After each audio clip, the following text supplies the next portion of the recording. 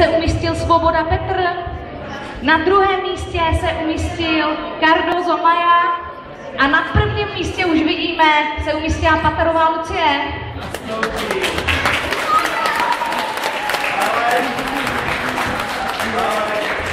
Chybí mi tady ještě Kvěch Marek.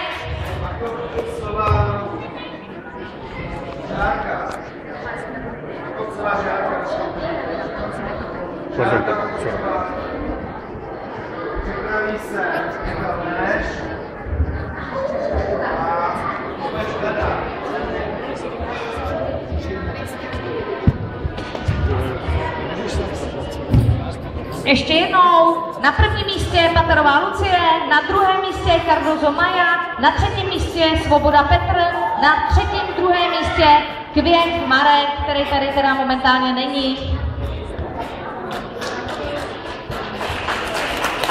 Super, zatleskáme, jo? Jsou to malí děti, můžete ten potlesk dát klidně větší, nemusíte se bát.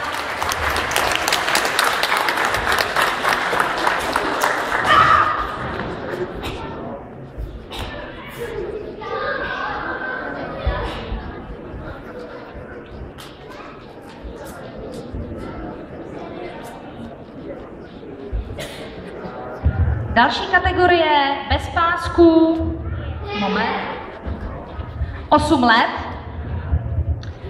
Na třetím místě Vedral Mikuláš, na druhém třetím místě Novák David, na druhém místě Kořínková Marie a na prvním místě Tichý Filip.